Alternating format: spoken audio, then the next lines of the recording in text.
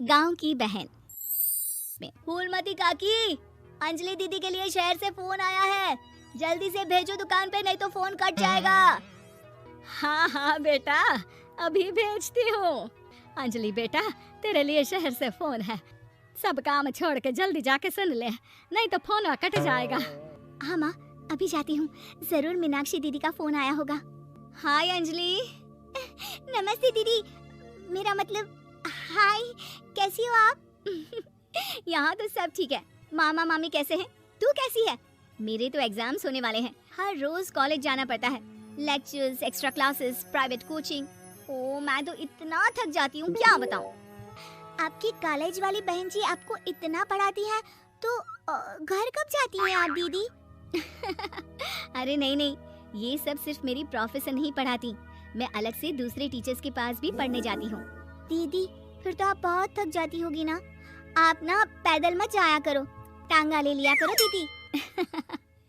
नहीं मेरी भोली बहन, ना मैं पैदल जाती हूँ, ना ही यहाँ टांगा मिलता है, मैं बस से जाती हूँ और थोड़ी दूरी के लिए रिक्शा ले लेती हूँ। सच्ची?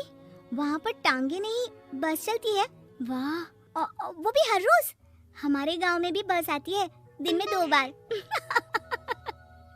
यही तो खास बात है शहर की, यहाँ बसें पूरा दिन दौड़ती हैं सड़कों पर, और सिर्फ बसें ही नहीं, कार, स्कूटर और ट्रक भी, और तो और थोड़ी दूरी पर तो हवाई जहाज भी है, जहाँ से हवाई जहाज आसमान में उड़ते हैं। अच्छा दीदी, मैं फोन रखती हूँ, बुआ जी फूफा जी को मेरा नमस्ते कहना। हाँ माँ, हम लोग शहर में क्यों नहीं रहते? बुआ जी, फूफा जी और मीनाक्षी दीदी तो शहर में ही रहते हैं। अरे क्योंकि तेरे बुआ जी की शादी शहर में हुई थी, इसलिए बेटा। शादी से पहले वो भी तेरे पापा और दादा दादी के साथ गांव में ही रहती थी। तो फिर बा, मुझे शहर भेज दो ना, मैं भी शहर देखना चाहती हूँ। इतनी बार मीनाक्षी दीदी से शहर के बारे में सुन चुकी हूँ, अब मैं भी वहाँ जाकर देखना चाहती हूँ। बस आप मुझे शहर भेज दो। ठीक है, इस बार गर्मियों की छुट्टियों में कुछ दिन रह आना शहर, अपनी बुआ के घर। अब तो खुश ना? हाँ माँ, बहुत खुश। आप देखना मैं शहर जाके कितने मजे करती हूँ। अंजलि अगले दिन स्कूल जाती है और वहाँ अपने सारे दोस्तों को अपने शहर जाने की बात बताकर चिढ़ाती है। अरे श्रद्धा, शीतल, सरोज, तुम लोग इन गर्मियों की छुट्टियों में कहाँ जा रही हो? एकादशी वाले गांव के मेले में। हम तो दूसरे गांव में नानी के घर जाएंगे, उनका घर नहर के किनारे है, बड़ा मजा आएगा। हम इस बार कहीं नहीं जा रहे, बल्कि हमारे घर में रहने के लिए मेहमान आएंगे। और तू? अरे मेरा क्या है, मैं तो बस पास वाले शहर जा रही हूँ, अपनी बुआ जी के घर, वहीं रहूंगी कुछ दिन। तुम लोग चिंता मत करना, मैं चिट्ठी लिखूंगी तुम सबको वहाँ से। पापा, मुझे तो चक्कर आ रहे हैं, जी घबरा रहा है। बेटा, शहर आने की जिद भी तो तूने ही की थी, अब पहली बार बस में चढ़ी है तो यही होना था, भुगतो अब। अरे मामा जी, अंजलि, आप लोग आने से पहले बता तो देते, मैं लेने आ जाती बस स्टैंड तक। आओ आओ भैया, आओ बेटी अंजलि। माँ बुआ जी कैसे हैं वहाँ, और भाभी कैसी हैं?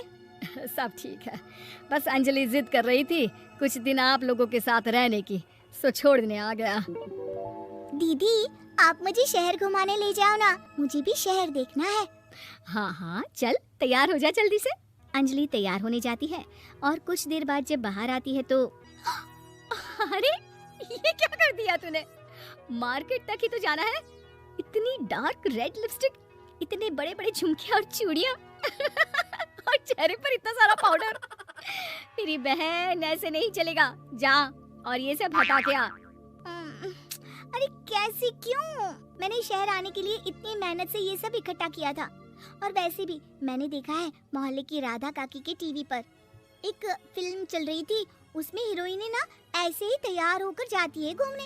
सब पता है मुझे, मैं तो ऐसे ही जाऊंगी दीदी। अंजलि शहर की चकाचौंध को देखकर बहुत हैरान और खुश होती है। ऊंची ऊंची इमारतें, सड़क पर दौड़ती गाड़ियाँ, बड़ी बड़ी दुकानें, उसकी एक्साइटमेंट का ठिकाना नहीं था। दीदी, ये छोटा सा कमरा सड़क के किनारे क्यों रखा है? इसमें कौन रहता होगा? ये कमरा नहीं, पीसीओ है, पीसीओ। यहाँ पर लोग फोन करने आते हैं सिक्का डालकर। ओह, हमारे गांव में तो दुकान पे ही जाते हैं बात करने। अच्छा चल, तुझे रेस्टोरेंट में खाना खिलाने ले चलती हूँ। Excuse me, 2 plate noodles please and 2 Cola.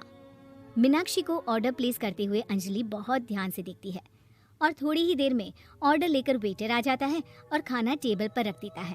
अरे ये लंबी लंबी सेवइयाँ खाते कैसे हैं दीदी? और इसके साथ कोई अचार, प्याज, मूली कुछ भी नहीं दिया, बस ये छोटा सा पेट खुजाने वाला दे दिया है। गांव में तो छोटे छोटे चावल ही होते हैं जो कि हाथ से ही खा लेती हूँ, अब इसे कैसे खाऊं दीदी? एक्सक्यूज मी, एक चम्मच प्लीज और लिटिल प्याज और अचार और मूली और एक गिलास मट्ठा, वो बाद में। हाँ, अब ये सब सुनकर आसपास बैठे लोगों को हंसी आ जाती है। मीनाक्षी भी अपनी हंसी किसी तरह रोकने की कोशिश करती है और वेटर मुस्कुराता हुआ वहाँ से चला जाता है। अंजलि समझ नहीं पाती कि सब किस बात पर हंस रहे थे, लेकिन वो छिप जाती है। दीदी, मुझे लगता है कि मुझे इन सेवइयों को ऐसे ही खा लेना चाहिए, इसी पेट खुजाने वाले कांटे के साथ। एक काम कर, तू मुझे खाते देख, जैसे मैं खाऊं तो भी वैसे ही खा ले। ठीक है दीदी। अंजलि खाते खाते नूडल्स में सिरका ज्यादा डाल देती है, फिर ऊपर से नमक दानी से खेलते हुए काफी नमक भी अनजाने में छिड़क लेती है। अरे ये क्या क्या खा लिया? अरे हाय हाय, कितना कड़वा है। पानी पानी, ये काला शरबत ही पी लेती हूँ। और जल्दबाजी में अंजलि जल्दी जल्दी कोला पी लेती है, जिससे उसके नाक में झंझनाहट होती है। दीदी, मुझे ले चलो यहाँ से, मैं ये सब शहरी खाना नहीं खा सकती। अब शर्म के मारे मीनाक्षी अपनी बहन को वापस घर ले जाती है और कहती है कि देख अंजलि, माना कि शहर और गांव एक दूसरे से बहुत अलग है, लेकिन इसका मतलब ये नहीं कि हमेशा शहर ही बेहतर हो और उस वजह से हमें वो सब करना पड़े जो हम नहीं कर सकते। शहर में सहूलतें तो हैं ही, पर चुनौतियाँ भी हैं। हम जहाँ भी रहें, हमें कभी अपने आप को कम या ज्यादा नहीं समझना चाहिए। और किसी भी नई जगह में ढलने में समय लगता है, उसके लिए तुम्हें दूसरों की नकल करने की कोई जरूरत नहीं है। बेटा, घूम लिया शहर या अभी और घूमना है? नहीं पापा, मैं अपनी गलती समझ गई हूँ, आप गांव ही ले चलिए मुझे।